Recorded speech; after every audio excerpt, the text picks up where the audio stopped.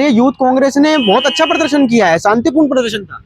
शांतिपूर्ण था। हाँ। कपड़े उतार के बाकी कपड़े तो वो भागे नहीं होते ना तो बाकी कपड़े भी नहीं बचते। कार्यकर्ता नहीं थे, वो देशद्रोही थे। हमारा नारा है कि देश बचाओ कांग्रेस भगाओ, देश बचाओ कांग्रेस भगाओ।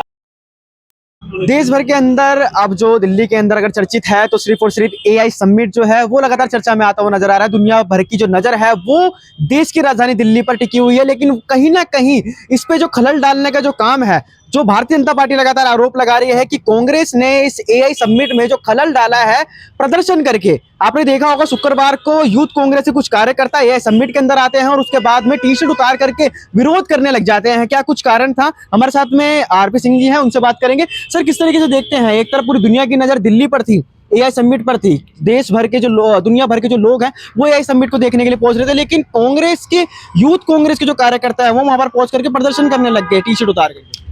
कार्यकर्ता नहीं थे, वो देशद्रोही थे। अच्छा। उनके खिलाफ कार्रवाई तगड़ी होनी बहुत जरूरी है। हम ये सारे आज एक आम आदमी है, कोई कार्यकर्ता नहीं, किसी पार्टी का कार्यकर्ता नहीं, लेकिन हमारा नारा है कि देश बचाओ कांग्रेस भगाओ, देश बचाओ कांग्रेस भगाओ, देश बचाओ कांग्रेस भगाओ, देश बचाओ कांग्रेस भगाओ, देश बचाओ कांग्रेस भगाओ। कांग्रेस को खत्म करना बहुत जरूरी है। कांग्रेस खत्म होगी, देश बचेगा। जितने भी पंगा हिंदुस्तान में है वो कांग्रेस की देन है, कांग्रेस ने दिया है। और कांग्रेस कोई भी काम, कोई भी अच्छा काम इस देश में होगा उसका विरोध करेगी, वो कभी नहीं चाहेगी।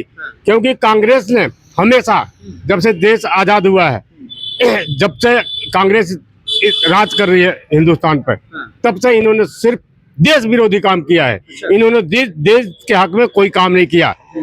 आज भी जो काम किया है, हम एक आम पब्लिक हैं, हमें वो मिल जाए, हमारे वो 8-10 मिल जाए, हम उनका ऐसा कचुम्बर निकालेंगे, ऐसा कचुम्बर निकालेंगे कि चाहे हमें उसके लिए जेल जाना पड़ जाए तो भी, लेकिन हम छोड़ेंगे नहीं उनको। ऐसे देशद्रोहियों के लिए हमें तैयार रहना चाहिए, हम आम पब्लिक को तैयार रहना चाहिए, क्योंकि ये देश की बात है। ये विदेशों में पप्पू पहुंचाने के लिए, पप्पू का ये पॉलिटिक्स था कि विदेशों में पहुंचाओ, ये काम, ये पप्पू का काम यही है।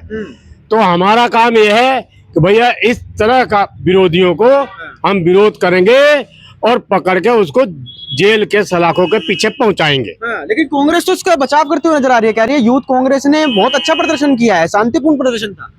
शांतिपूर्ण था। कपड़े उतार के बाकी कपड़े तो वो भागे नहीं होते ना तो बाकी कपड़े भी नहीं बचते उनके। अच्छा।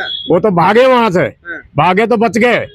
शांतिपूर्ण प्रदर्शन नहीं था। शांतिपूर्ण प्रदर्शन तुम यहाँ के करो ना, वहाँ शांतिपूर्ण प्रदर्शन होता है। वहाँ पे जो देश के लिए, जो देश के तरक्की के लिए जो काम हो रहा था वहाँ पर पप्पू का ये एक विदेश में मैसेज पहुंचाने का एक उसका कारनामा था। ये भी एक काला कारनामा था उसका। अभी तक जितना भी काम किया उसने, पप्पू ने सिर्फ देश को, देश के खिलाफ उसने काम किया, कोई देश हित में कोई काम नहीं किया। भारत जोड़ो यात्रा कर रहे हैं, भारत जोड़ो यात्रा कर रहे हैं। भारत जोड़ो यात्रा, अरे वो भारत जोड़ो यात्रा क्या करेगा? भारत तोड़ो यात्रा है उसका। जो किसान आंदोलन था किसका दिन थी? किसान कोई परेशान है क्या? कोई किसान कोई भूखा मर रहा क्या? उसके टाइम में किसान भूखा मरता था, उसके टाइम में किसान फांसी लगाता था, उसके बाद कोई किसान भूखा मरता क्या? ऐसा कहीं देखा आपने? किसान खुशहाल है, अच्छा खा रहा है। पंजाब का किसान बादाम काजू ये सब खा रहा है। ये तो सिर्फ क्या है, ये अपनी राजनीति चमकाने के लिए कुछ ऐसे संगठन उसने इकट्ठा कर रखा है जो उसका सहयोग देती है और किसानों के नाम पर वो भ्रम फैलाती है। लेकिन कहीं ना कहीं कांग्रेस की अगर बात की जाए तो सुप्रिया श्रीनेत ने इसका पक्ष भी लड़ते हुए यहाँ पर नजर आई है कि यूथ कांग्रेस है, देश भर के अंदर सिर्फ यूथ कांग्रेस ही तो रह गया जो आवाज उठाता है। यूथ की आवाज उठाना मतलब शांतिपूर्ण प्रदर्शन करना, इस तरीके के जो बयान है वो क्या सुप्रिया श्रीनेत के सामने आए। कितने हैं उसके, कितने कार्यकर्ता हैं, कितने कार्यकर्ता थे और कितने कार्यकर्ता उसके फेवर में है? 10 ही तो थे, 10 थे। 10 तो हम यहाँ खड़े हैं, 10 तो हम वैसे ही यहाँ खड़े हैं।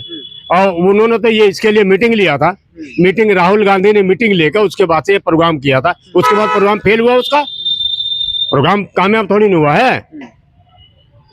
लेकिन सर कहीं ना कहीं ये सवाल, मैं आखिरी सवाल आपसे लेना चाहूंगा, क्या कांग्रेस की अब ये मतलब बात ही बन चुकी है क्या, देश के मतलब देश को नीचा दिखाना, देश के अंदर तो अगर कोई बड़ा कार्यक्रम हो रहा है तो उसके अंदर खलल डालना? ऐसा है, ये पप्पू का गेम है। देखो ये इटली से आए थे, इनको इटली जाना चाहिए। अच्छा। माँ बेटे इनका पूरा खानदान। और जो ये गांधी बोलते हैं, गांधी नहीं है, गांधी है ये। अच्छा। गांधी नहीं है ये, सब ये सब चोरी किया हुआ सब चीजें। ये चोरों का कंपनी है और चोर है ये, और देश विरोधी काम ये करेंगे, देश के हित में ना किया काम ना करेंगे ये। सीताराम जी, मेरा नाम प्रवीण पबड़ेजा है। आज के माहौल के हिसाब से मैं ये कहना चाहती हूँ, जो पप्पू ने किया है, जो तमाशा किया है, जो मोदी जी हमारे देश को आगे बढ़ाना चाह रहे हैं, जैसे सारे संसार में हिंदुस्तान का नाम इतना ऊंचा किया जा रहा है और हमारी इकोनॉमी भी बहुत तरक्की कर रही है, और उसके सामने पप्पू ऐसे तमाशे करके पूरी दुनिया के आगे हमारा नाक नीचा करना चाह रहा है। और मोदी जी, सबसे पहली बात, ये विदेशी महिला का पुत्र है।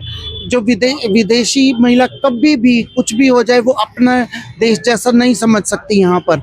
और तो सबसे हमें ये भी याद रखना चाहिए कि जो हमारे धर्म के प्रति ऐसी बातें करते हैं, जैसे कि हमें ये याद रखना चाहिए कि कभी ना कभी 400 साल पहले भी अफगानिस्तान में हमारा हिंदू शासक राजा जयपाल का शासन था, वहाँ से हमारे हिंदुत्व खत्म कर दिए गए। और मेरा अपना पर्सनल तजर्बा ये है कि मेरे दादा परदादा सन 47 में पाकिस्तान से, हालांकि वहाँ सारा हिंदुस्तान था, वहाँ से उन्होंने सिर्फ धर्म के आधार पर उनको हमारा मकान, गाड़ी, सब कुछ ले लिया। उस टाइम घोड़े हुआ करते थे, मकान, बिजनेस, सब कुछ लूट लिया मुसलमानों ने। और आज ये प्रत्यक्ष है कि बांग्लादेश में भी हिंदुओं का ये हाल किया जा रहा है, कश्मीरी पंडितों के साथ भी ये हुआ। तो ये जो लोग ये ऐसा, कुछ लोग ऐसा कहते हैं कि मोदी जी के इसमें ऐसा हो रहा है, क्या 400 साल पहले भी मोदी जी थे जब मुसलमान, उनका आतंक कब से चला आ रहा है? तो हमें हिंदुओं को मोदी जी ने आज हमें सनातन धर्म के प्रति जागृत किया। पहले मुझे इतना अपने नहीं पता था अपने धर्म के बारे में, लेकिन जब से मैं मोदी जी से और बागेश्वर बाबा से जुड़ी, तब से मुझे पता चला कि हमारे सनातन में और हमारे धर्म में इतना ज़्यादा शक्ति है कि, और हमें सबसे बड़ी बात ये सीखनी चाहिए कि जो अपने धर्म की रक्षा करता है, अंत में धर्म भी उसकी रक्षा करता है। यदि तुम धर्म के प्रति उदासीन रहोगे तो कल को यहीं पर ही तुम्हें ख़त्म कर दिया जाएगा। बस मैं ये आज की जनता को ये जागरूक करना चाहती हूँ अपने जज्बात से, क्योंकि हमारे साथ ये बीत चुकी है।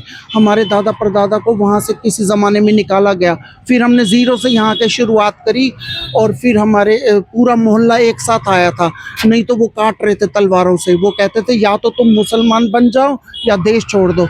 तो वो पूरे शहर ने इकट्ठे, वो उसका नाम था मुल्तान शहर, जो आज पाकिस्तान में है। और हमारी कुल देवी, जिसकी कब कितने टाइम से पूजा नहीं हुई, उनका नाम है माता हिंगलाज माता का मंदिर है बलूचिस्तान में, और उसकी हम पूजा नहीं कर पाए, इसलिए हमने यहाँ पर समाज ने मंदिर बनाया हिंगलाज माता का। तो मैं अपने ही कहना चाहता हूँ, आज यदि हिंदू जागृत ना हुआ तो बहुत देर हो जाएगी, अभी नहीं तो कभी नहीं। हिंदुस्तान में रहना होगा तो जय श्री राम कहना होगा। धन्यवाद। तो हमने बात करी आज एआई समिट को लेकर के, जिस तरीके से यूथ कांग्रेस के जो कार्यकर्ता हैं वो जो भारत मंडपम है उसके अंदर गए, और उसके बाद में जो प्रदर्शन है उनका वो वहाँ पर देखने को मिला था। बाकी इस वीडियो को लेकर के आपकी क्या कुछ राय है, कमेंट करके जरूर बताएं। देखते हैं पिलर लाइव। बहुत बहुत धन्यवाद।